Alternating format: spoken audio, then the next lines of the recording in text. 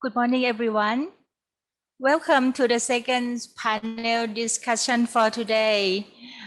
I'm Kaysorn from Faculty of Public Health, Thammasat University.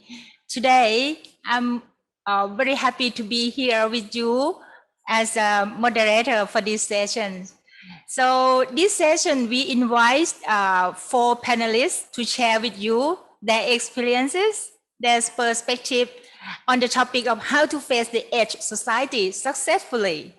This topic is quite relevant to the first keynote speaker yesterday, and he'll come today too, to expand the idea on the active aging to the age society.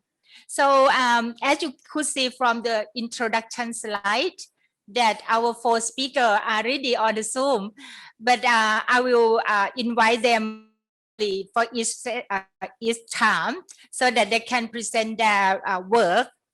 And I would like to start with Professor Ogawa, who, if anybody attended yesterday, you can hear from him about the active aging. And today, he will share with us deeply on that topic about social inclusion, normalization, and universalism for citizens in their later life. I think Dr. Ogawa have a lot of experience, and I really hope that the audience today will get a lot of benefit from him. So I would like to start with him and then go to the next one and until the last one, and then we can go to question and answer. Because we cannot interrupt in between, we would like the speaker to share a lot of experience for us today. Okay, shall we start with Dr. Ogawa? Are you ready, Ogawa? Thank you very much.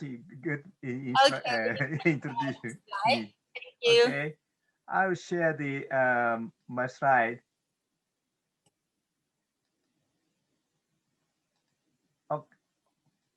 Oh, no.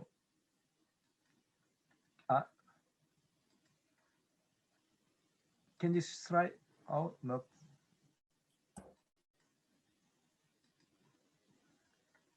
Okay. Okay, that's clear. Okay. Yeah. How well do we respond to the aging society? There will be various strategies and tactics. I'd like to raise 3 ideas as the basic principles that form the ground of them. At first, let's recognize the social inclusion towards correct recognitions of the population aging. Second, let's recognize the normalization towards age-friendly approaches of the Sustainable Development Goals. So the third, let's recognize the universalism towards universal designations of the well-beings for all generations. Nowadays, we will be able to live longer than our ancestors' generation.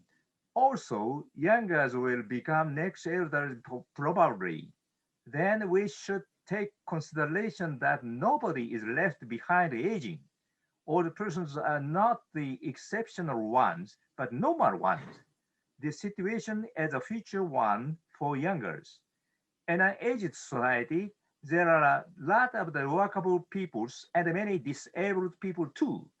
Also, so-called disabled people can actualize their remained abilities with proper support. Therefore, beyond social exclusions, we will have to develop many ideas to resolve the discrepancies between rich and poor, the able and the disabled, youngers and elders. The social exclusion is a keyword. Which idea do we adopt for the social inclusion? Welfare or workfare or activations of the universal basic income? And the aging doesn't only means for older persons, but also for younger peoples. I will show you a change of life expectancy in Japan. A newborn boy in Japan will be able to live to be 81 years old. Girls will be able to live to be 87 years old. A man who lived to be 60 years old will be able to live more 23 years later. In the case of the woman, she can live more 29 years later. Compared to the 1970, the average life expectancies of the man increased by 12 years, the woman extended by 17 years. It has become a society where almost Japanese can live a long life. There are survivors in longevity life. Someone can work professionally, some other persons play sports still now. They demonstrate the active aging lifestyle. These super seniors engaging in the life work, they are singular persons now, but they will be plurality in the near futures. Then society should include not only youngers, but also older persons. This is the exemplified hypothesis of the active theories in social gerontology. Therefore, we should discuss coming issues of the ideal inclusive society. The horizontal axis indicates whether it's a framework for evaluating people's performance. The vertical axis indicates whether to select the people who are subject to the measures or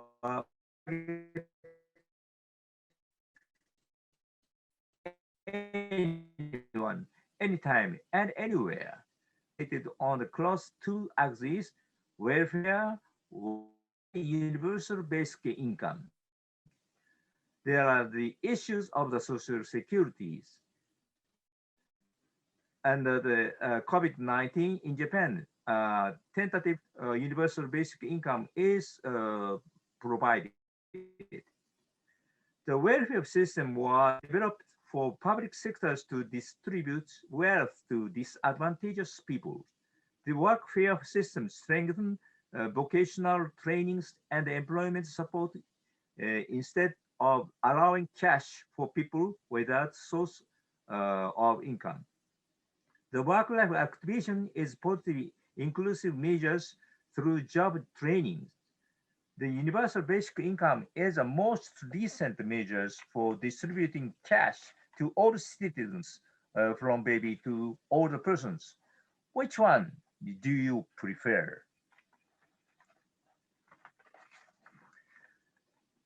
The next principle is a normalization. This principle was proposed by Dr. Bengt Nielsen, a Sweden social worker. The principle reflects the regular rhythm of the day and the regular routine of life. It's useful within all age groups and adaptable to social changes and individual developments. It means that the choices, wishes, and desires of the individuals are considered and respected.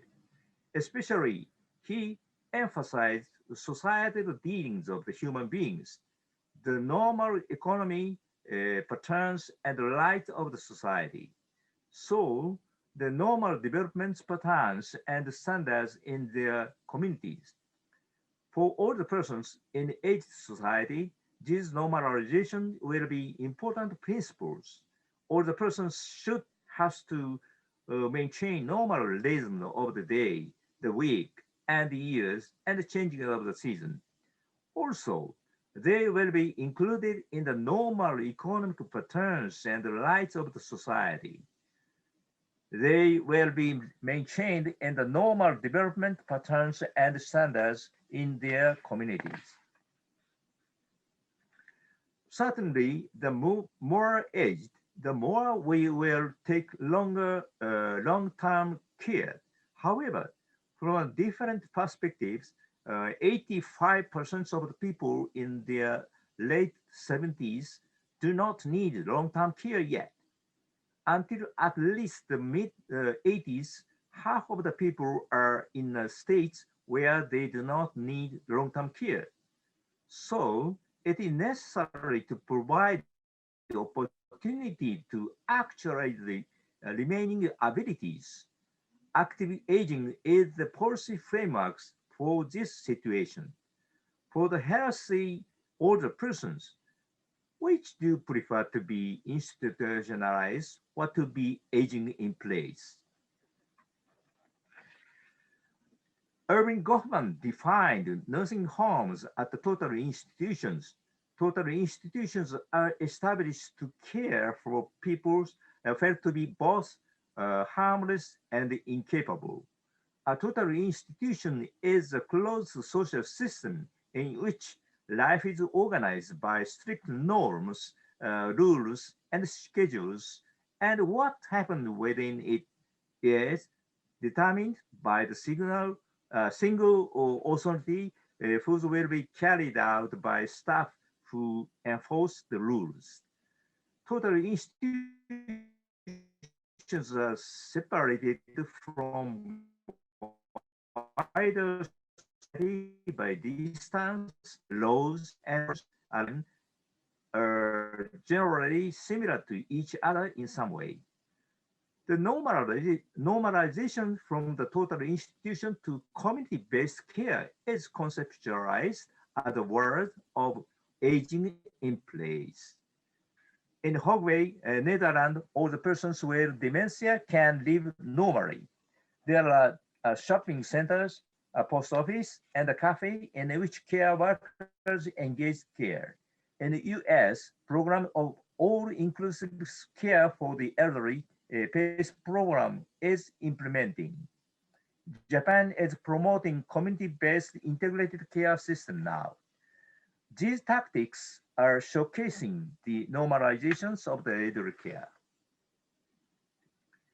The basic principles of normalization will be important in promoting active aging in the futures. Eitaro Suzuki, a Japanese sociologist, had advices to investigate the normal population without being deprived of the abnormal life of abnormal population.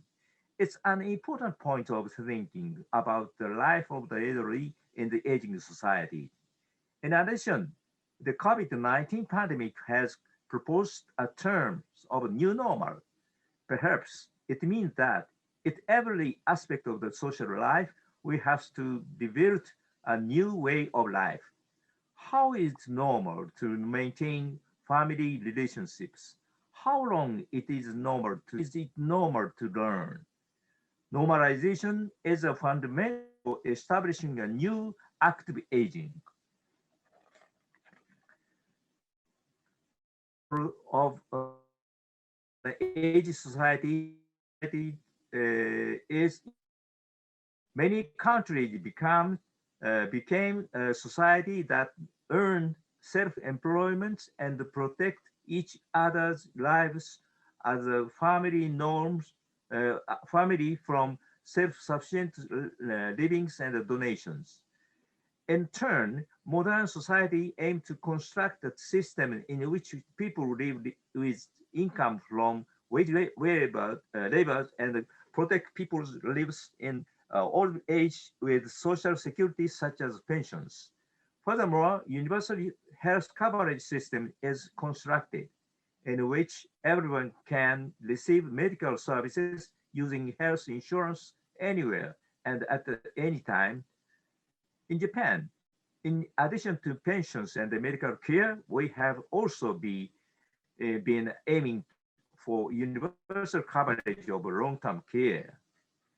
Urban plannings for the housing, transportations, and public facilities have also been promoted to make it barrier-free so that the socially vulnerable can use it.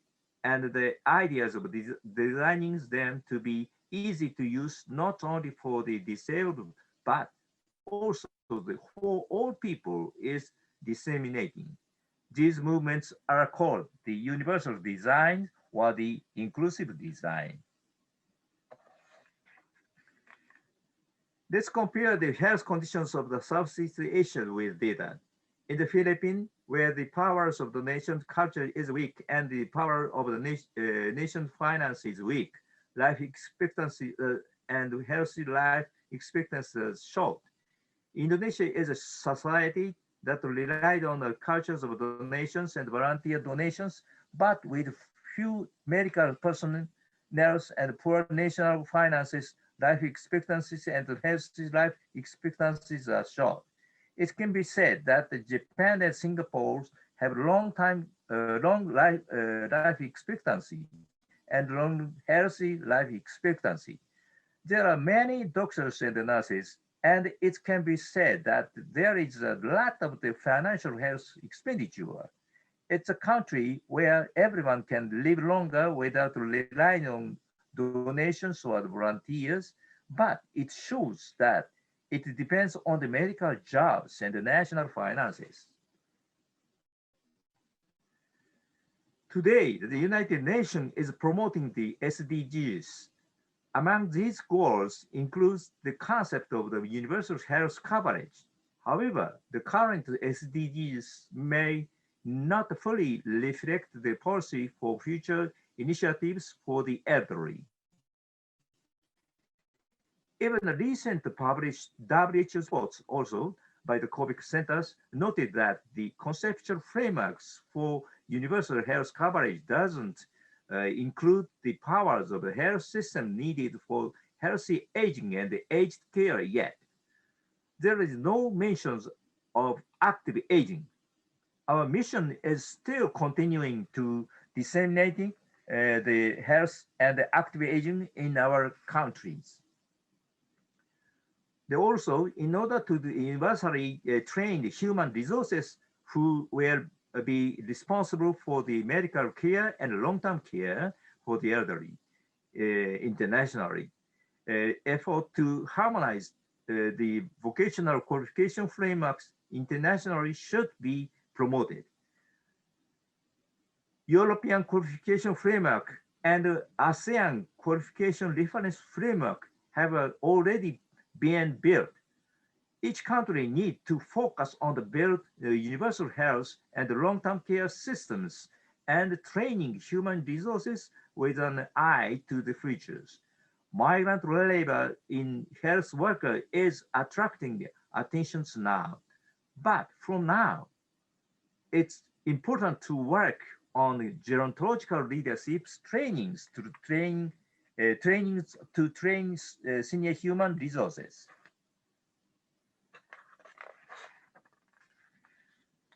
We can live longer. We can be healthy physically and psychologically. Well then, what can do socially and spiritually?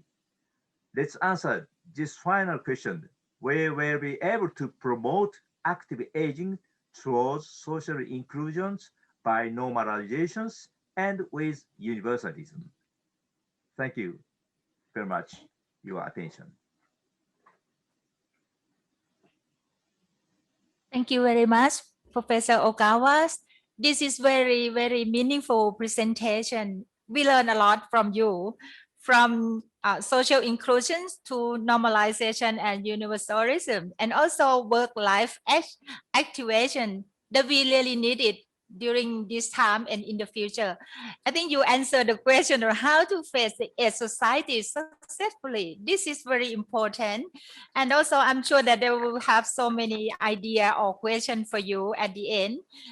But we have to say thank you so much first, and then we come back to you at the end again. Next speaker today, he's come from far away, from the University of Hawaii, USA, Professor Dr. Cullen Hayashida.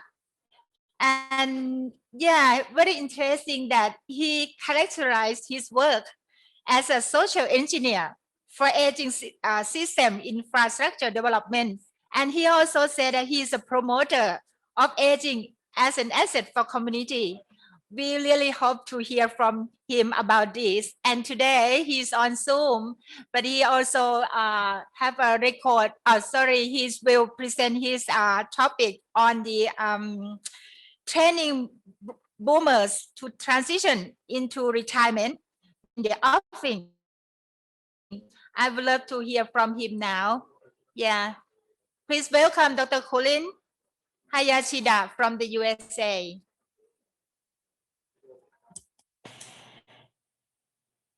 Good morning, everyone. My name is Cullen Hayashida, and I'm with the University of Hawaii Sociology Department and the president of Change Agents Hawaii, a nonprofit promoting active aging.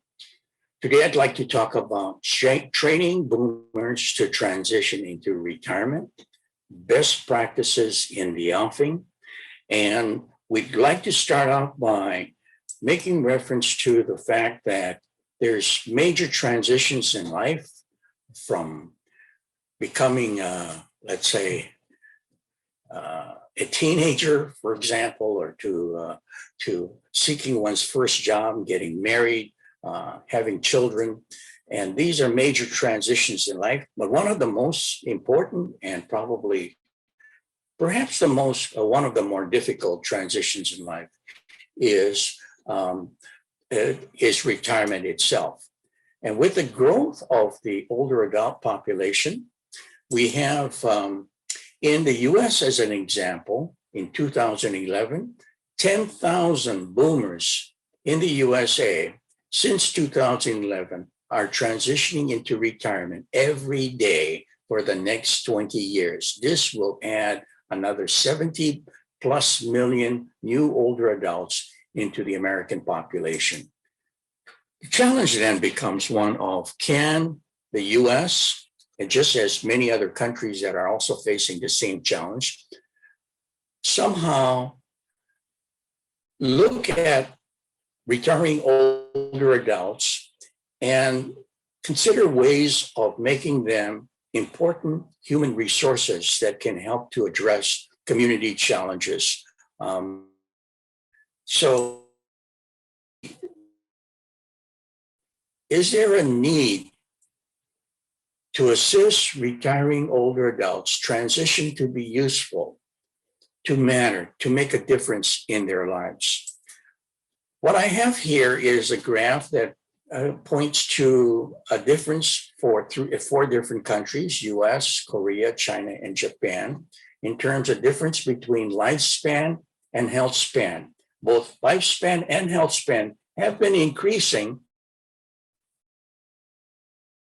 has consistently been span. Health period when we are alive, and health span is a period of life for an individual that is in a healthy state. So this is a period when we are able to do a whole variety of things on our own independently. Be able to eat, bathe, dress, groom, feed, toilet, and do a variety of things in the community independently. And the question becomes one of whether or not there is a need to look at this 7-year difference. And what society has generally focused on is a whole variety, create a whole variety of long-term care and support services to help us during this period of disability. But perhaps what we should also consider is ways in which we can reduce this gap between health span and lifespan, and figure out ways in which we can make better use of our time as older adults. And the question is, can we promote an active aging life to encourage older adults to remain healthy, to remain socially engaged, and continuously contribute to the community? And that's the purpose, goal of active aging.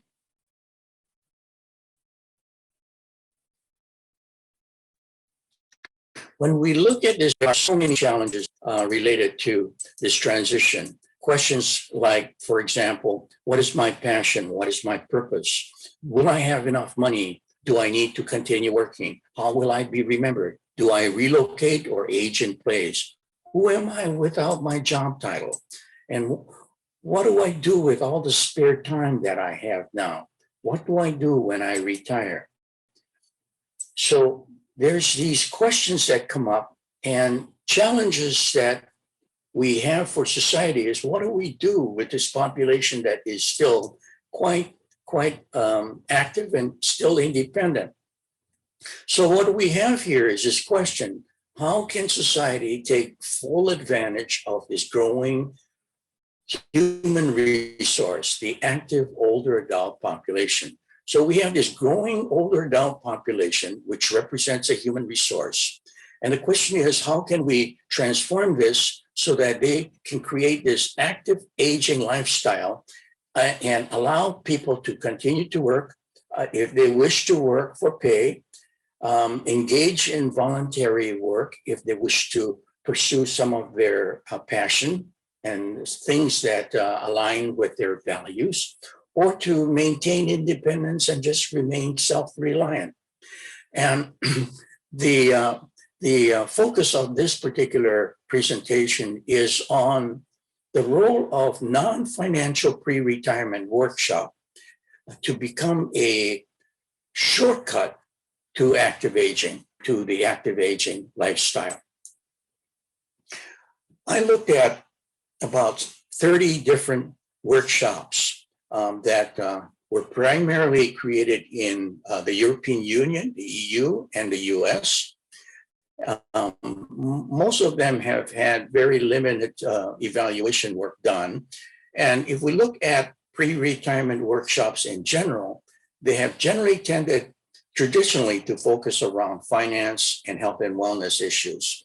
And after a large company or government that provides this type of pre-retirement workshops for their people, the focus has been on how much you will get perhaps from your pension or how much your health benefits will cover, and that's pretty much it. What we have done was we looked at about 30 workshops that tended to be much more focused on non-financial pre-retirements, and there have been basically 3 different types that we've been able to identify. Some which I would call comprehensive pre-retirement workshops, and another type which I would refer to as dedicated face-to-face, and a third being online. The comprehensive included many more things, such as, in addition to the curriculum that they included in their design, they also had a section on an awareness campaign. Prior to training with a curriculum, they had an awareness campaign to inform the community about the importance of this longevity bonus that everyone would be benefiting from.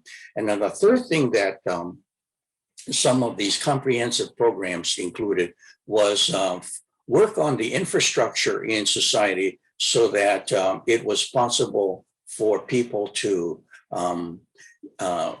actually do the kinds of things that the workshop and the curriculum had recommended. So those were quite unusual, and I was able to find 3 or 4 that seems to fit that category. Another type was a more dedicated face-to-face type, and there were a whole variety of these. Some were very short, 2 hours in length, and others were very long, about 8 months in length. Most of them were using small classes, and so there were issues having to do with the cost effectiveness of these trainings, but these were all face. The third type were online, so be synchronous, that is time when it was taught by the instructor, the participants, and they could communicate online. And these were, so it was live and interactive. And then there were others that were what we call asynchronous, which meant that it was simply a package program that participants could participate in or engage in at any time during the day. And if they were questions or issues to the instructor, who in turn could respond and provide some additional guidance. So these were the three major types that we were able to identify. And among the various kinds of themes that we found in the curriculum part, these were things that I wanted to point out as far as things that are being included beyond finance. So I have financial fitness and health and wellness included in this array of themes. But in addition to those, you see at the top, understanding population aging and making people aware of this longevity bonus gift that they.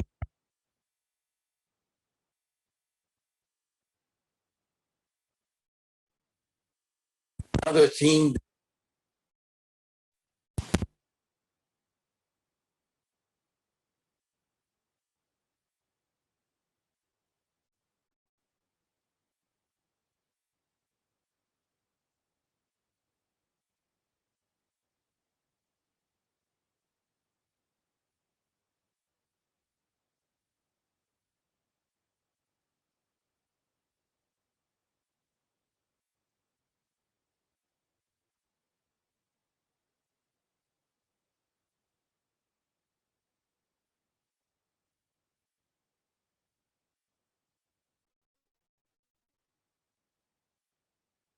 Other social relationships, maintain networks and connections across generations. Another theme had to do with purpose and meaning. Lifelong learning and education was also very important.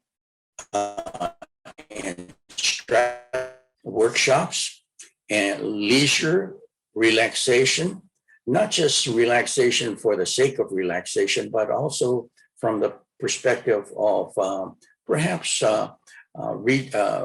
regenerating or refreshing oneself and developing a certain level of stress management. And the fourth being fourth age planning to help people become aware of the fact that the end will eventually occur and that one needs to plan for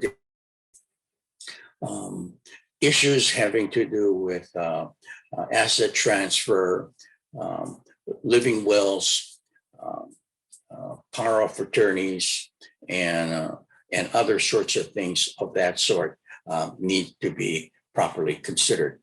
So these were major themes that we saw in these 30 different non-financial pre-retirement workshops.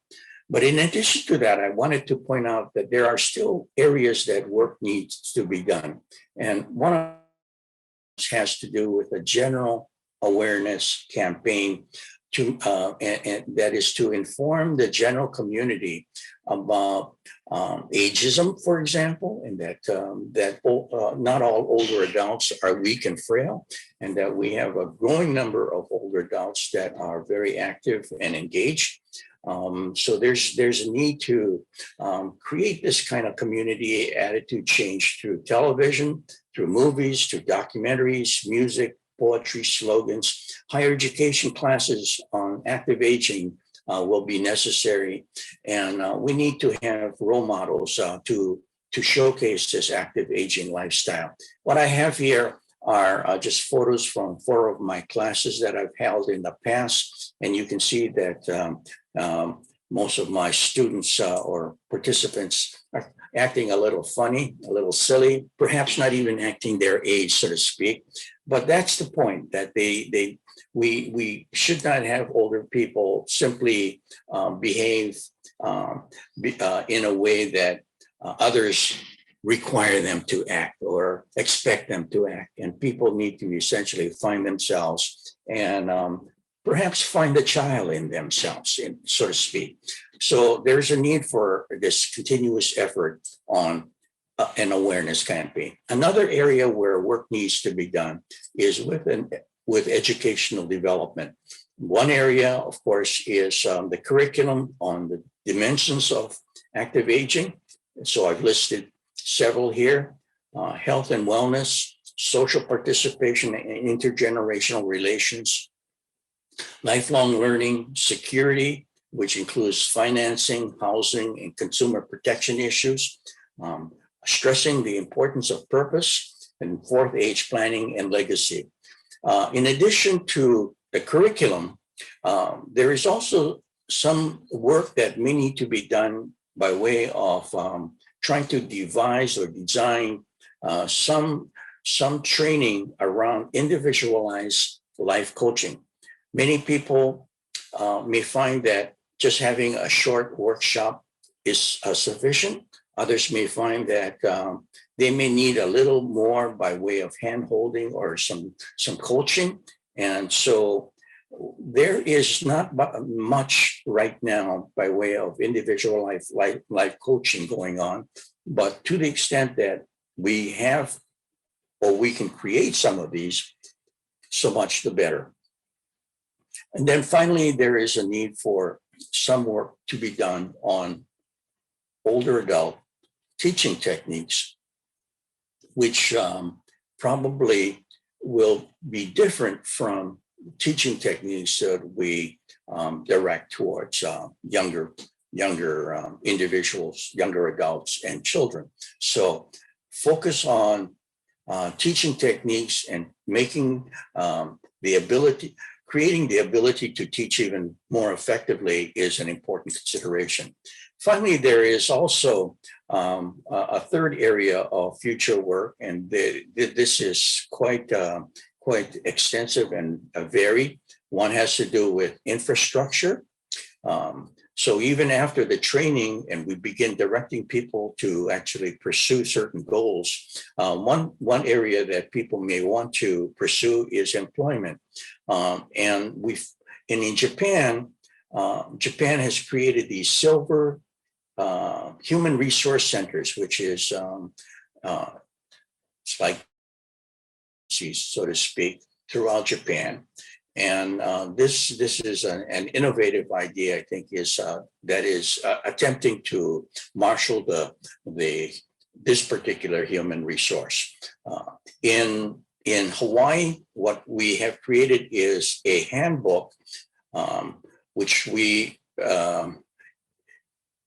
are directing towards the active aging population that are seeking opportunities and things that they can engage in beyond employment per se. So some people may want to look for opportunities for physical fitness. Others may want to find social groups to engage with, and others may want to learn about financial management without necessarily being directed to one particular company per se, but in a more general sense.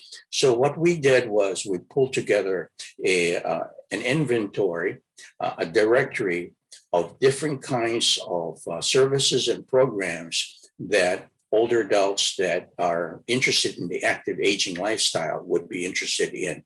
And this is known as the Hanaho Handbook. Hanaho means encore or do it again. And it's in pursuit of that third age lifestyle. So there are other things that need to be done by way of public policy. We also need to try to find ways of seeking co-sponsorship to finance these workshops. These workshops have been done oftentimes with some grant monies or by volunteer activities, but on a long-term sustainable basis, we need to find ways in which foundations or health plans or financial management associations or companies find it in their best interest to keep people active and engaged for as long as possible. And then finally, there's this whole area of evaluation where we need to spend a little more time to try to evaluate these various workshops that we've identified to see whether or not some are more effective than others, or there's certain aspects of these workshops that are particularly effective. And so there's work that needs to be done in this particular area. Finally, I have this list of references of non-financial pre-retirement workshops. There's just 6 that are listed here. There are many more obviously available, but just as a start, I'd like you to consider looking at these that are accessible through the internet. So with that, I'm closing, and I will be available for questions and answers later. Thank you very much. Thank you very much, Dr. Cullen. It is such a wonderful presentation.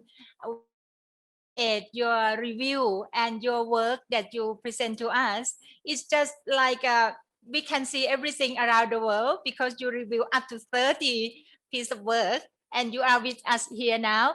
I think the people will have a question for you or share some idea, but I'll leave it at the end.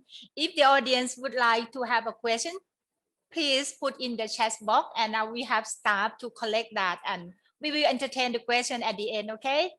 Yeah. Thank you again, Cullen. Thank you again. And we're gonna go to the next panelists, next speakers. Professor Teresa, she's with us since in the morning, and yeah, her CV is very interesting. She's just a wonderful academic in Hong Kong, and also she's worked really hard for the active aging, in particularly the training the elderly to do things by themselves and use a kind of technology. She said she's a visiting professor of Respati University of Indonesia and honorary consultant of Institute of Active Aging and Jockey Club Smart Aging Hub of the Department of Biomedical Engineering in Hong Kong. And she has done quite a lot with the ACAP group. And today, Teresa will share with us on the topic of smart aging in an aged society. That's the Hong Kong scenario. And please welcome Professor Teresa Tsien from Hong Kong. Well, thank you, Kaysorn, for your very kind introduction. Sawadi, it's really a great honor to speak and share with all of you on this very important topic on how to face the aged society successfully. Yes, Hong Kong is an aged society. Back in 2011, we became an aged society. So today, let me bring you to Hong Kong.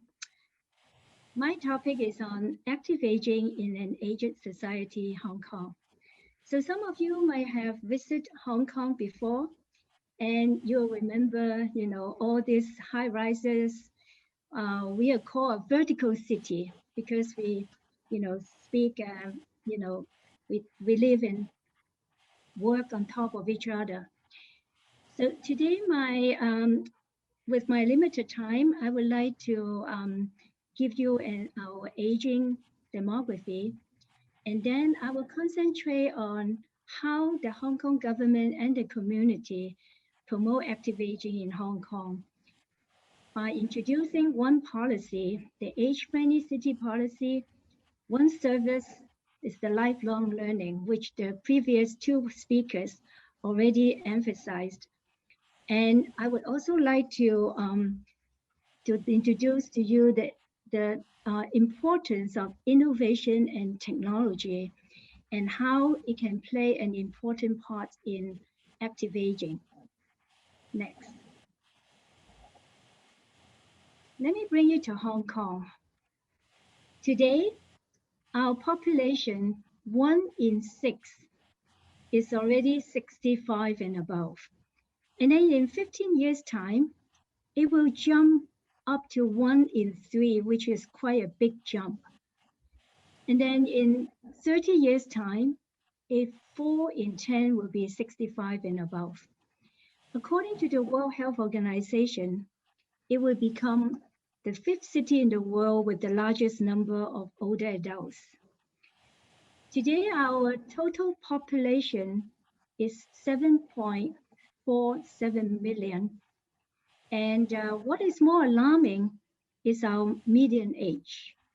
At the moment, it's 45.6, which is pretty high, and we are ranked number 7th in the world with the highest median age. And since 2016, we enjoy the longest life expectancy in the world. For male, the life expectancy is 82, and for us women, we enjoy 6 years longer, which is 88.2. Next. So this is just to show you how quickly we age. Today is 1 in 6, but then in 15 years' time, 20 years' time, it will be 1 in 3, but then luckily it will be plateau off. And then for the next 30 years, it will continue to be 1 in 3. Next. Well, with our rapidly aging population, we are concerned about our dependency ratio. You can see that today, the ratio is 3.4 working age population to support 1 elderly today. But then in 20 years' time, it will be down to 1.8 working age population to support 1 elderly. And this is what, we are quite worried about. So that's why you can see that Hong Kong people are living longer and getting older. So the chances of dependency on medical welfare and other services will be greater. So that's why our government and community, we are very eager to promote active aging and to help people to stay healthier and happier. So today, next, we are going to talk about active aging. According to the World Health Organization, there are 6 determinants of active aging: the physical environment, the personal determinants, behavioral determinants, the health and social services, economic determinants, and social determinants. Well, with my limited time, I'm going to share with you, on 3 aspects: the social determinants, physical environment, and health and social services. Next. So I'm going to introduce 1 policy on age-friendly, 1 service on lifelong learning, and also innovation and technology. So let me go through it one by one. Okay, next. Age-friendly environment. Age-friendly environment will encourage active aging by optimizing opportunities for health, participation, and security. So there are 2 types of environment: the physical and social environment, which I'm going to talk about and share with you later. And age-friendly, when we talk about age-friendly, it's meant for all ages, and it's not just for the elderly, because with the universal design, we can equip with all the facilities, to enable people of all ages and people of all different personal capacities, abilities, to enjoy the environment. Next. So there are 8 age-friendly domains. The first 3 are the physical environment, the outdoor facilities, transportation, housing, and the rest of the 5, belong to the social environment. We talk about communication and information, respect and social inclusion, social participation, civic participation and employment, community support and health services. Next. So let me go through our developments, the age-friendly initiatives in Hong Kong.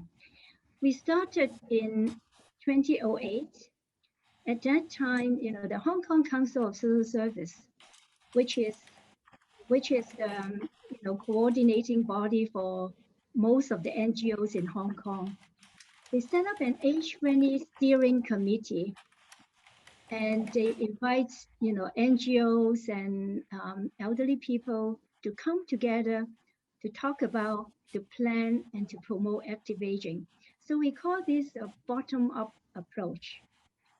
And then in 2015, the Hong Kong Jockey Club Charities Trust, they initiate and funded,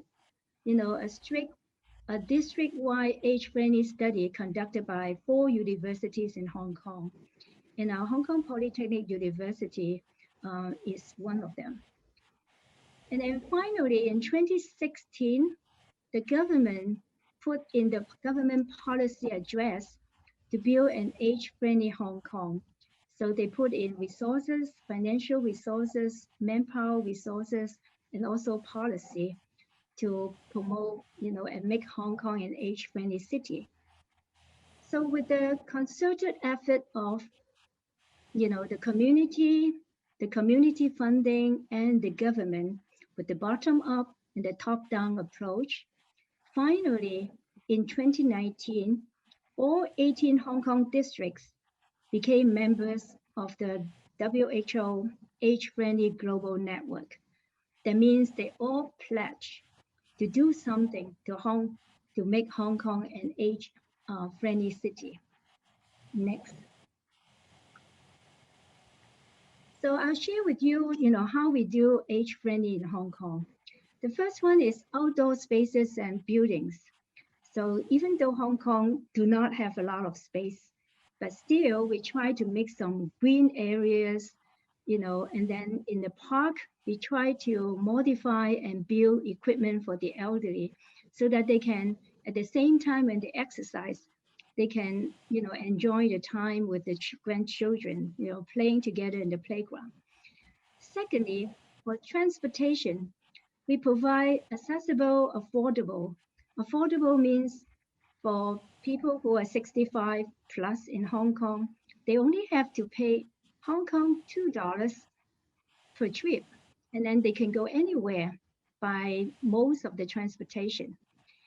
And you can see that, at the bus stop, we have covered area, we have chairs, and we also have the panel, like telling people when the bus will be coming. And then in the subway, we have those stair lifts that can bring, the wheelchair up and down the stairs. For the public bus, they have the low floor wheelchair accessible bus, so that even on wheelchair, they can travel on bus, on train, on, a lot of public transportation. Next. For housing, we are trying to modify and then equip, the bathroom and indoor housing area with handrails so that elderly can be more accessible and be a safe place to live in. For social participation, we provide a lot of accessible and affordable leisure, social, cultural activities. There's so many that there is one nearby, like a 7-Eleven. Next. And then respect and social conclusion, we organize a lot of intergenerational programs, encouraging the young and old to get together, to do things together. And then we also educate, the young to respect the elder. We have this priority seats in most of the public transportation. And for the community support and health services, we have a wide range of accessible, affordable health and support services. During COVID-19 time, we use a lot of telehealth services. So the elderly, they don't have to go out to the clinic for services. Next. For civic participation in employment, we encourage them we train them to be volunteers and also gainful employment. So like this gentleman is doing a survey. We have trained him to be a survey, interviewer so that he can, have a gainful employment. And communication and information during COVID-19 days, a lot of elderly, they cannot go out to enjoy services in the community. So instead, the government has trained a lot of elderly to be computer savvy, and so that they can have access to online programs and activities. Next. Okay, I finished my policy, which is on age friendly. And then the second one is service. There are a lot of services, to promote active aging. But I would like to concentrate on lifelong learning, as the two previous speakers also, emphasize a lot on this.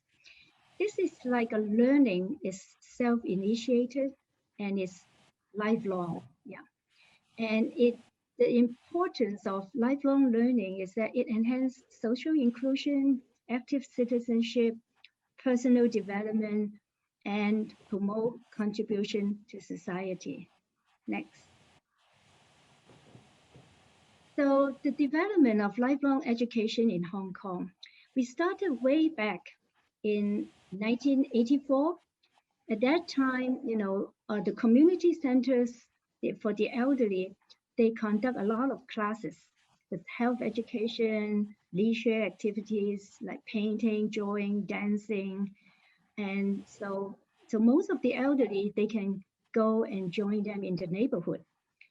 And then in 2007, the Elderly Commission, which is an advisory body to the government, they launched a good program called the Elder Academies. So this academy is like an intergenerational program where the elderly and the students can learn together after school hours at the primary school, secondary school, and even universities. So Hong Kong Polytechnic University is one of the Elder Academy. So I'm just going to, give you a few examples of what we do in lifelong learning at the Institute of Active Aging, Hong Kong Polytechnic University. Next. Okay, we conduct 5 programs. Okay, I'm going to go through it one by one. The first one, next, is Diploma in Active Aging. This is a credit-bearing program where you can really get a diploma from the university. And this is more for people who are 50 plus. They don't have a chance to go to university, which is their lifelong dream. So we deliberately, tailor-made this course for them so that they can come back to the campus. So by taking 10 subjects, of course, their exams and papers, they can, in 2 years' time, they can complete this part-time study. Next. And then they can join the graduation ceremony together with the young students. And then the family members will come to celebrate. Yeah. Next. The second one is non-credit bearing courses. For those people who don't want to go through exam or, do papers, this is the perfect program for them. This is a 2-week summer program on campus at the Polytechnic University. We call it a mini university. They study for 2 weeks And then at the same time, they can also like graduate with a certificate. And then at the same time, they can learn a lot of, like activities and subjects on legal, on psychology, finance. Yeah. Next. The third thing is auditing students. Our university encourage third age members to come and sit in our class. So in this photo, you can see that in my class, this is my gerontology class. And I, allow five third age students to sit in my class.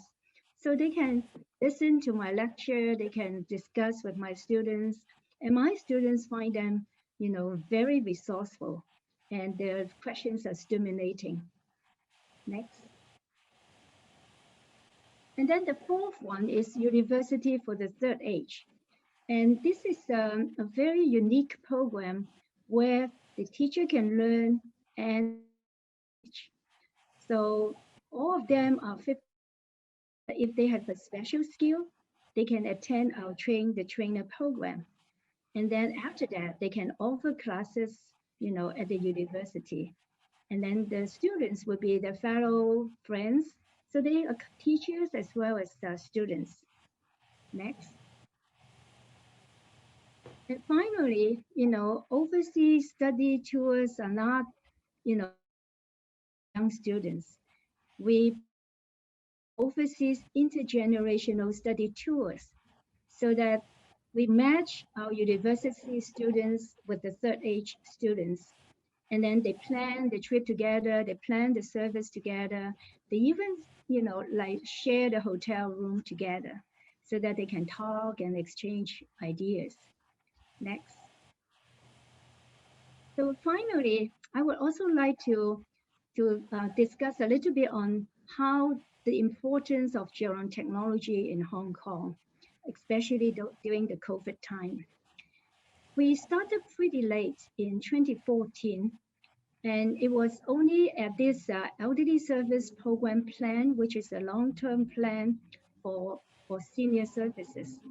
And then one of the recommendations is that to apply technology to elderly service to promote active aging. So from then on, in 2017, the government funded a landscape study of Hong Kong's gerontechnology, our obstacles, our barriers, and also our opportunities. And also in 2017, the government has decided to put aside more than 1 billion Hong Kong dollars, to invest on research, development, and innovation technology fund. Next. So during COVID-19, we can see that in residential home, people cannot visit their relatives, so they can go through, like a computer or iPhone. And for the volunteers who cannot go to visit the elderly residents in their home, instead, we have robots to conduct activities and bring them joy. Next. For the people in the community, technology has been used during the pandemic to help them to retain their self-management skills. For example, we use the tablet and equipment to monitor their health index, the blood pressure, so that, this information will be transmitted to the caregivers. So they have first-hand language, how the elderly members are doing at home. And we also have a lot of, anti-epidemic exercises to help them to do physical exercise as well as mental exercise. Next.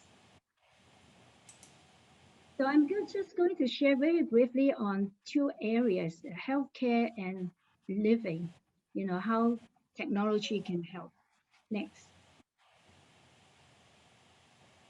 The first thing is the monitoring and health checking, because most of our elderly people would have, would have stayed at home because of the pandemic. So we are using different equipment to monitor their health. And this is a fabric sensor fitted inside a belt. And you can see that there's a watch. Okay, next. And then the cognitive assessment platform, to do the cognitive assessment game. And also the smart medicine box to remind them when to take the medicine and take the right dosage. Next. And living, just to monitor, to make sure that they're safe at home. So we have this smart elderly bed exit monitoring system, the infrared monitoring to have some privacy, and the toilet monitoring device. Yeah, next.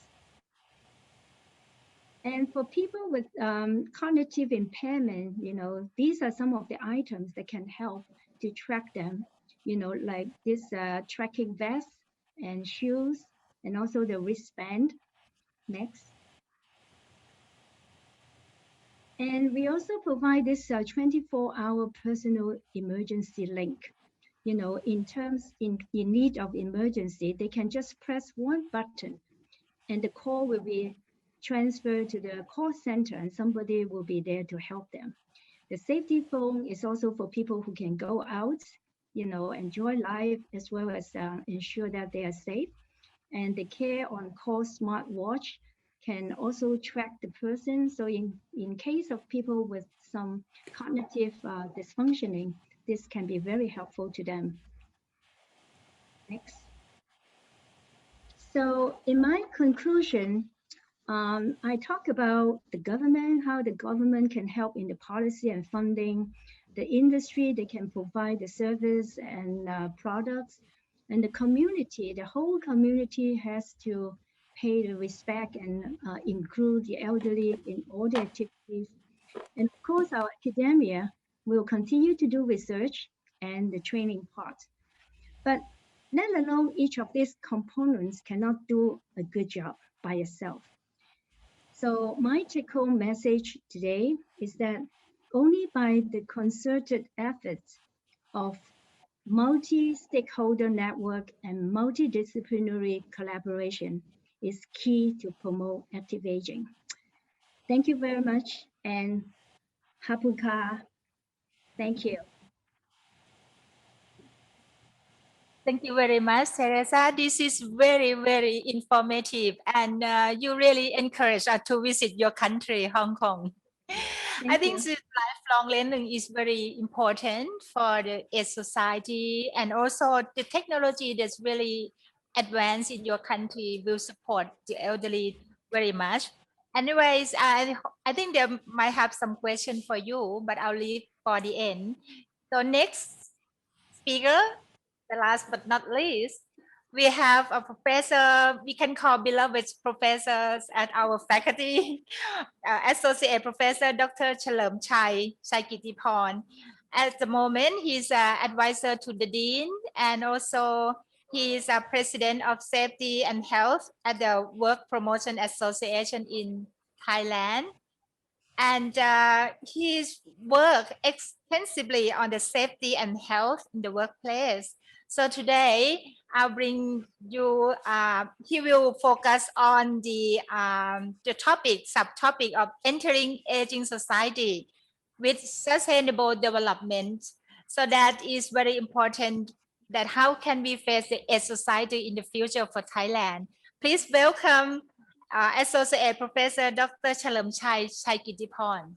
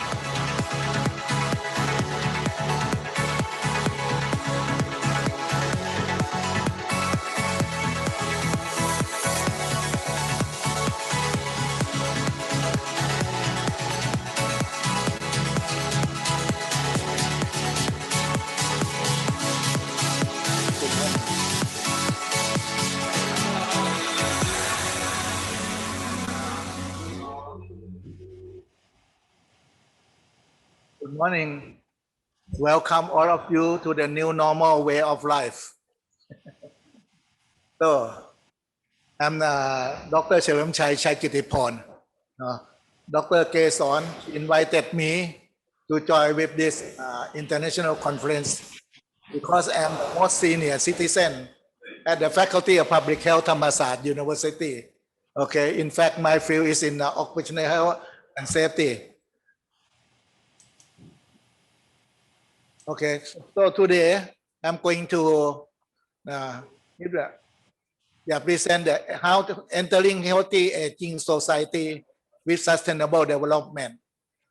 Yeah, as we have already heard from our Dr. Takeo and also our speakers that now we are in the stage of reaching the aging society already. So for the world population aging is a global phenomenon. Yeah. So virtually now every country in the world is experiencing growth in the size and proportion of older persons in their population. In the year 2019, there were 703 million persons and aged 65 years or over in the world. But in the year 2050, the number of older persons is projected to double to 1.5 billion. So globally, the share of the population aged 65 years or over increased from 6% in 1990 to 9% in 2019. And the proportion is projected to rise further to 16% by 2050. So that 1 in 6 people in the world will be aged 65 years or over or above. Okay, you can see from here that populations are getting older. You can see from the dark blue, no? Dark blue, that means the percentage is 60 years or older in this world. The dark blue is 30% or more for the 60 years old or older population. Also in Thailand, you can see Thailand is here. I cannot point. Thailand, very small country on the right hand side. Also in the dark blue, 30% or more also. So that means we are now, we all know that about the sustainable development goal, no? For promoting lifelong health and preventive care to maintain maximum functional capacity of individuals can improve health and well-being. This is sustainable development goal number 3. Number 3, good health and well-being. Yeah, health is a fundamental of human rights and the key indicator of sustainable development. For as we have already mentioned about sustainable SDG 3, ensure healthy lives and promote well-being for all at age. So what is healthy aging? Healthy aging is about maintaining the functional ability that allows you to do the things you value. This means preserving both your physical and mental capacity as you age. It also means making change to our environment, housing, transportation, public space, so that they are accessible to and supportive of older people with varying needs and capacities. So this is a forecasting population during the year 2014 to 2030 in Thailand. So Thailand will have a population of 60 years or older, 9.9 million or 15% of the total population in the year 2030. No? So when Thailand go aging society, so we go aging society in the year 2005. And in the year 2021, we will be in the age society. And by the year 2035, we'll be in the super age society. So this is the Thai population, the age over 60 years old. So by the year 2021, this year, we are in the age society. And in the year 2035, another 14 years to go, we will be in the super age society. Okay. So this is a Thailand elderly people situation. In the year 2021, as I have already mentioned, Thailand is entering the aging society already. In the year 2031, not completely aged, no? A society. In the year 2031, there will be 28% of elderly people in the total population. And you can see here now, within the next 6 years from now, workforce age will carry out more of the responsibility to the elderly people and children. You can see the ratio here. No? Thailand population in the year 2010, no, the workforce age per elderly people and children is a 4 per 1 per 1. No? But in the year 2025, the Thailand population ratio will be workforce age 2, elderly people 1, and children 1, 2 per 1 per 1. Okay. So 40% of the elderly people have sufficient income after the retirement. So this is what is the goal of Thailand, the purpose of Thailand, that the 40% of the elderly people should have the sufficient income after retirement. But you can see on the left hand side, okay, for the elderly people now, 16.5% they have a diabetes, and 33.6% they have a hypertension. So this is a health problem among elderly people. To how to consider old, each country is different. How to consider old. In Saudi Arabia, 49 years they consider that older people already. Romania 50 years, Germany 53 years, Thailand and South Africa 60 years, Canada, USA, Sweden 61 years, and Canada, Chile, Peru, Argentina 64 years, Mexico, Colombia, Belgium 67 years, and Spain 70 years. They consider as old. Average is 66 years average. So this is by ICTUHS, Thailand Company Limited. It's a research company, very famous, one famous research company in Thailand. Okay. What is the most concerns of global aging? The most concern. So this is from a research company, ICTUHS. They conduct a survey. So 30% do not have, what is the most concern of global aging? 30% do not have enough money for living. 25% problem of body movement. And 24% have amnesia and loss of memory. And 20% loss of ability to do things. And 20% family members living. And 20% illness. Concerning of Thai aging, 51% unable to do that has ever done before, and 41% illness, and 34% unable to move body, and 32% do not have enough money for living, and 27% loss of memory. So this is the report, from the world, our aging world 2019 report. Why consider the importance of elderly society? So in Thailand, in the year 2040, Thai will have 20 million of people with 60 years and up, year old and up, or consider as a 32.1% of total population of the country.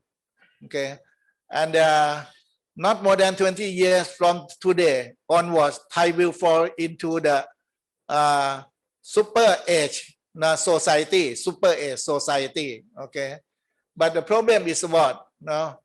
Thai lack of financial preparation before the retirement and limitation of the state welfare.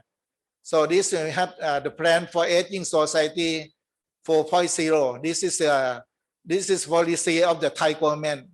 Goods or service should support current aging customer and expand market for working age people who will become aging, and also the attitude adjustment. Old age is not a barrier to start new entrepreneur, but there are still advanced funding, networking, and experience. So this is a research, the study of the possible impact reduction and preparedness aging society by Professor Dr. Keua Wong Bunsin from Chalermchai University. So the Constitution of the Kingdom of Thailand in the year 2017,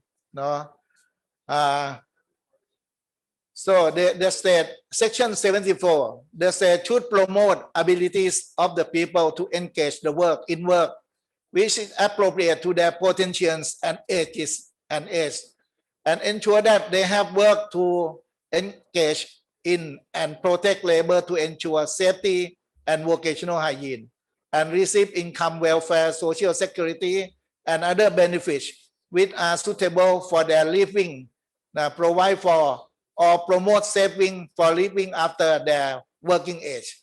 So this is section 24 under the Constitution of the Kingdom of Thailand. And also in the section 27 from the Constitution of the Kingdom of Thailand, mentioned about all persons are equal before the law, not before the law, and shall have rights and liberties and be protected equal under the law. Men and women shall enjoy equal rights. Unjust discrimination against a person on the grounds of differences in origin, race, language, sex, age, disability, physical or health condition, personal status, economic and social standing, religious belief, education, or political view is not contrary to the provision of the Constitution, or any other grounds shall not be permitted. And measure determined by the state, section 27, about rights and liberties of the Thai people. Section 27, measures determined by the state in order to eliminate an obstacle to or to promote person's ability to exercise their rights or liberties on the same basis as other persons, or to protect or facilitate children, women, the elderly, persons with disabilities, or underprivileged persons shall not be deemed as unjust discrimination under paragraph 3. So this is the Constitution of Kingdom of Thailand, section 27 and section 74 related to the elderly persons. So from here you can see that adapting to an aging society of Thai. You can see from the left hand side, classified by year 2015 to 2030. Children age 0 to 14, age less than or equal to 14 years. In the year 2015, we have 18%. In the year 2000, we have 17%. In the year 2025%, 25 we will have 16%, and 2030 we will have 15%. This is a children. But if you see on the right hand, age over 60 years, in the year 2015 we have 16%, and 2020 18%, 2025 23%, and 2030 26%. You just imagine, the aging people, by the year 2030, what happened? We are reaching. So three things that people age 45 years and over are very worried about. They worry about what? 71% will be a burden to the family. Okay, 63% worry that cannot take care of themselves, and 61% worry about the loss of physical ability. And this is our second national plan on the elderly, start from 2002 to 2021. So this is our strategy and index and accomplishment. Overall, we just achieve around 51% only. So we don't have time to explain all of this. The same word is Tsien when old. How to adapt and adjust mind for well-being. So we also follow up about the Copenhagen consensus, statement 2019 about physical activity and aging regarding physical activity in older adults. And this is the research. They mention about the functional capacity and health, brain health and cognitive function, behavior change, intention and habits, and sociological perspective. So all of this information, Ajahn Kaysorn, Professor Kaysorn will distribute right later. No? Okay, we don't have time to mention. It's almost lunch time. So preparedness, readiness to be quality aging with 4 principles of good preparedness. No? Start from the first one, healthy. Now healthy, physical health, mental health. Now physical illness free, mental no sign of insanity. Social talk to people around. Intellect know what is what. Number 2, the second principle, have good work. For own, have income. Now for others, lend a hand. For social health, society, and for element, take care of. And principle number 3, good stability, financial get from working and accumulate incomes. And family have known and teach descendant in the good ways. And number 4, good environment, home, help promoting physical health and mental health to be quality aging. So I was started from Thai Health Promotion Foundation of Thailand. So prepare readiness, do not wait. Aging is coming very soon. Especially in this room. How to prepare for the aging society? It is a duty of everyone at different age to prepare for aging society and to be future quality aging, self-reliant. So you have to start from children. You have to do saving, learning, positive attitude to aging, and then school age, working age. For the working age, you have to think about the family life planning, healthcare saving, income planning, and for the premature age, and also the old age. Old age, you have to think about the healthcare, social activity, additional advocation. This is for the old age. Okay, healthy we can build, transform, change life. So about the food, wide selection of food, easily digest. Avoid sugary, salty foods, and alcoholic beverage. Number 2, exercise. You can see, the 2 older people, they do exercise every day.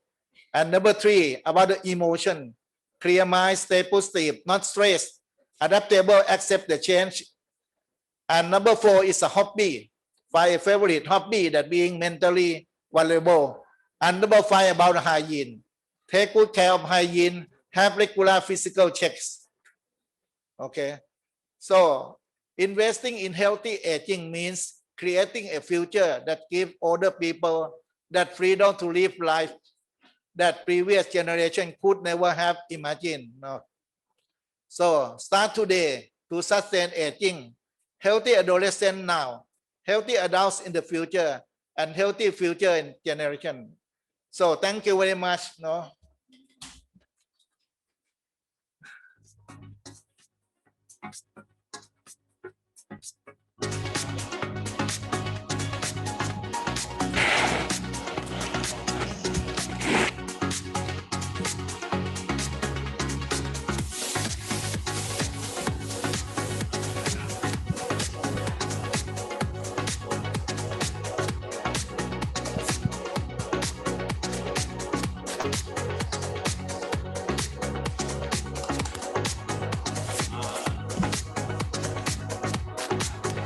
เดี๋ยวดึง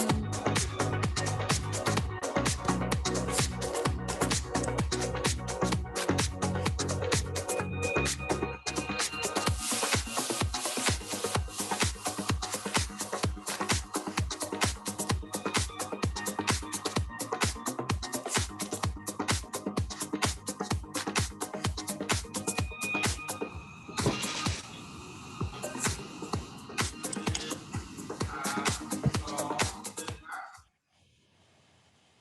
Okay, thank you so much, Professor Chalermchai. So this is a lively and we can see something real in Thailand. So it's very meaningful for us. And yes, we have got complete the session for speaker today on the topic of how to face the AIDS society successfully. So now we have a speaker on the screen and Dr. Chalermchai with me here in the studio. And I think we have some questions, but as you know that we are a little bit late on the time, but we have very important question ones for every speaker to entertain the audience on the Zoom. The question is, what kind of advocacy is needed to increase investments into elderly friendly program? Can I have everyone answer this question? Start with Takeo, please. Okay. And for the older persons, the ageism is a very difficult thinking, and we must take care the older person to be peaceful, and it's a need to deorganize these kind of ageism circumstances, and it needs some disseminations and enforcement of the new thinking of the aging and the aged society. And this is a very important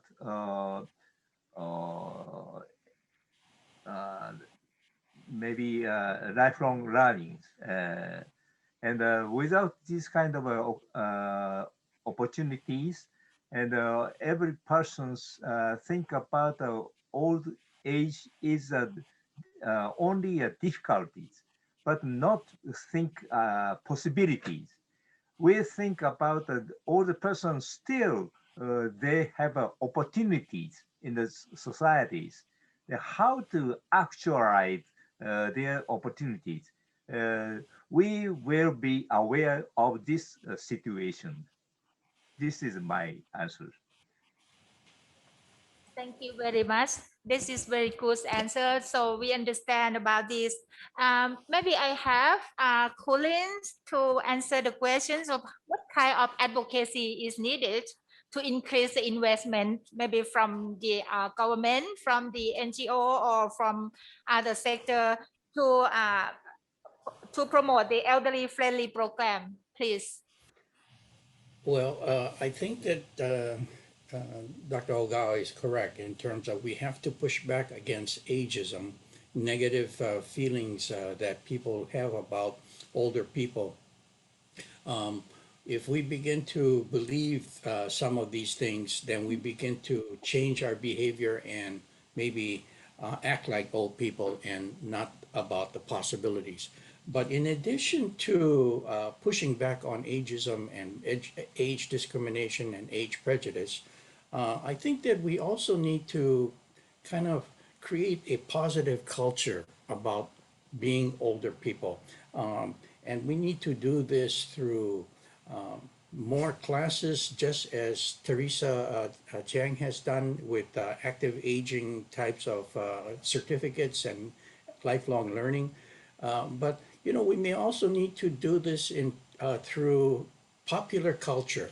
You know, with songs, with slogans, with better television programs. We may need to find role models and people that are really great examples that we can showcase to other people. So we have to create a change in popular culture.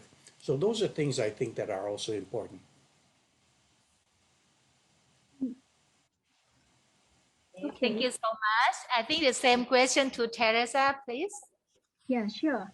I strongly agree that, we need to start from the present. Okay. So from the present, meaning from elderly people, that they have to trust themselves. They should have self-confidence. Don't look at the age, just look at their abilities and capabilities. And then apart from person itself, I believe that environment is also very important, such as the policy, the government policy. If we can advocate the government to, to support and endorse this idea, and then from top down, because they can set the rule, they can set the policy, that everybody has to follow. So policy is important from top down. But on the other hand, also the advocacy in the community is also very important, because that's where, they know about, what's the problem. So the community, the NGOs and the elderly people, should be the one to identify and promote what they need, what is really good for them. Because if it's good for them, it's good for everybody. So again, this is the bottom-up approach that I said. So together, the top-down and I think we can create, of course, the other, stakeholders, disciplinary is also very important. So together, the university, we do research, the foundations, they supported by money, that would be the one, with the concerted effort, then we can do it. Yeah, I'm sure we can do it. And we should start doing from, by ourselves, from us. Yeah, that's true. We start by ourselves. Okay, Ajahn Chalermchai, Yeah, please. I agree of all of you, Professor. So I think the most important, health is a fundamental of human right, as I have already mentioned. So the key indicator is a sustainable development, SDG number 3. So we have to prepare the elderly for healthy aging. How to maintain the functional ability. So this is very important, especially the physical and mental capacity, very important, and also making change about the environment, as you have already mentioned about the housing, transportation, public space or something. So this we need the government policy. In Thailand, we have the government policy already, and many related minister have already deal with the aging policy, because as you mentioned, the top down is very important, but bottom up is also very important.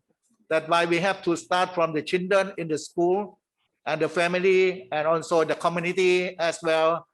Okay, thank you very much.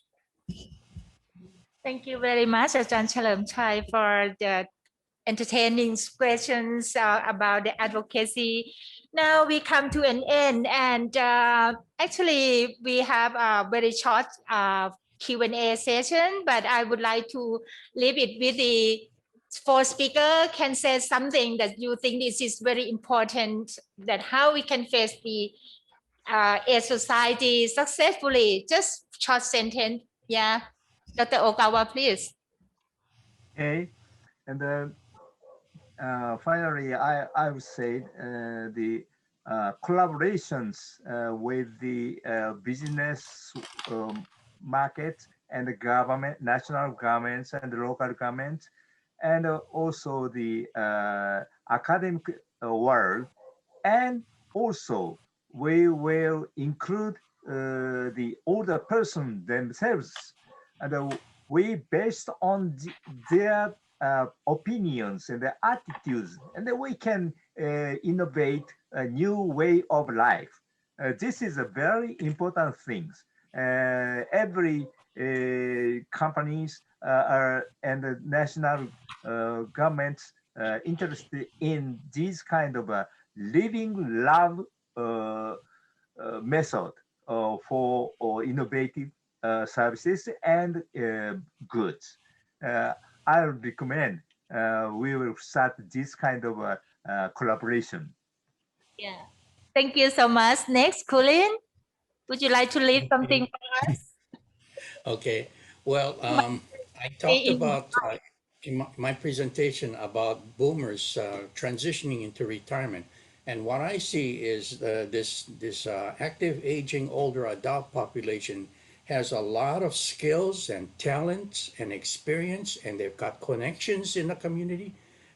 Some of them have enough money to be independent, and all of them have a tremendous amount of time on their hands.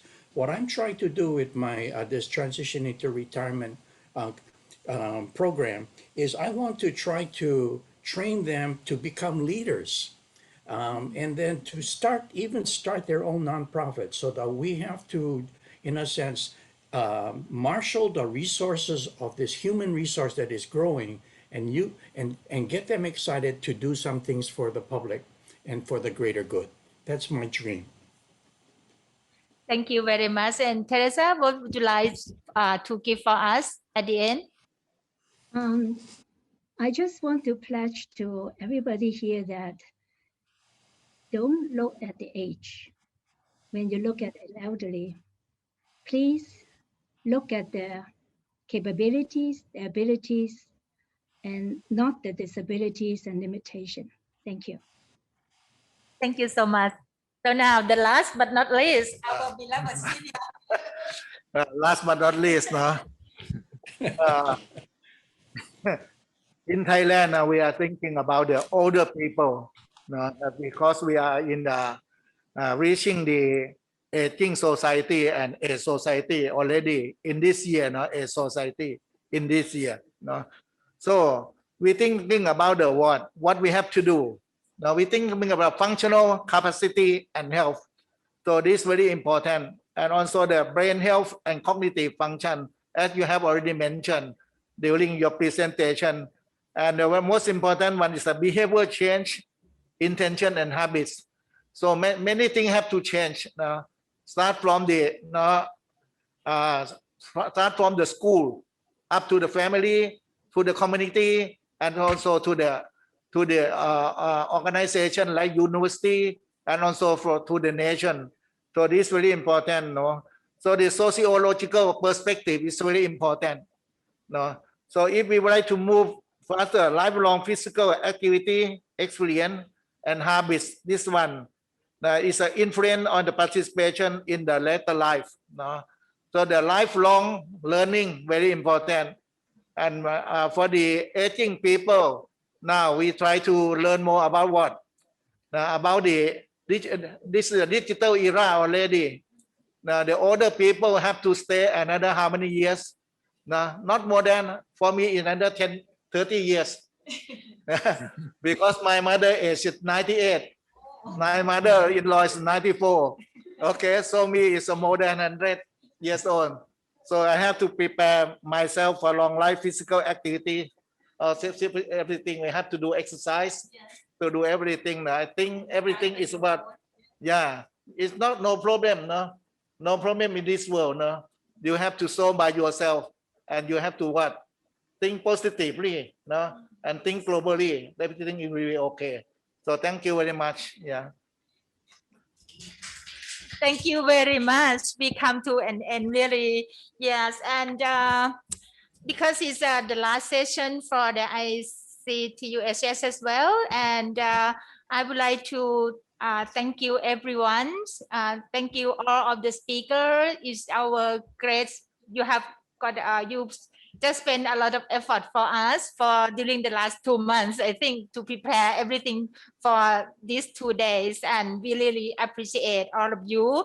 And also we hope that in the future we can do something like this once again. Maybe we can invite you to visit Thammasat University as we planned for last year before the COVID. But after COVID, yeah, we have to take care of ourselves first, like I put the bus on now. And yeah, in the future, we think that we can have all of you to Thailand and share the idea, share the experience, because we have learned quite a lot from Japan to Hong Kong, Singapore, USA, Indonesia, and Korea. So just a wonderful story, just a wonderful wisdom that you share with us. Actually, thank you is maybe not enough, but we can say in Thai, right? And Chalermchai, ขอบคุณค่ะ thank you very much ขอบคุณค่ะ Maybe we have photo for all the speaker who still in the Zoom, can pick up them up on the screen. I think Dong Hee is still there. Thelma, Tribudi. Not sure about Dr. Virasak. Yeah, you can pick them up on the screen and we just wait for a moment. Don't leave now.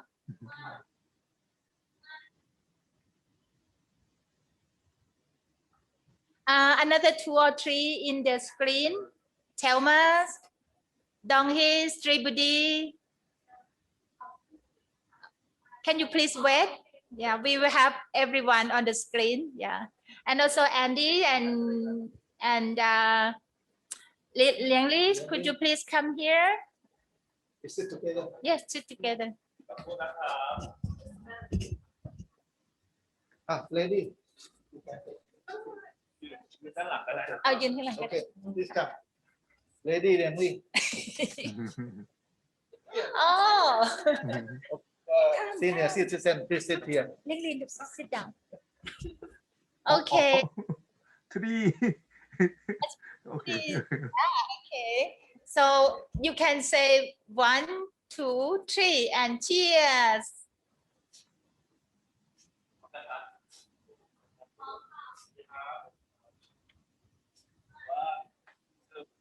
Three.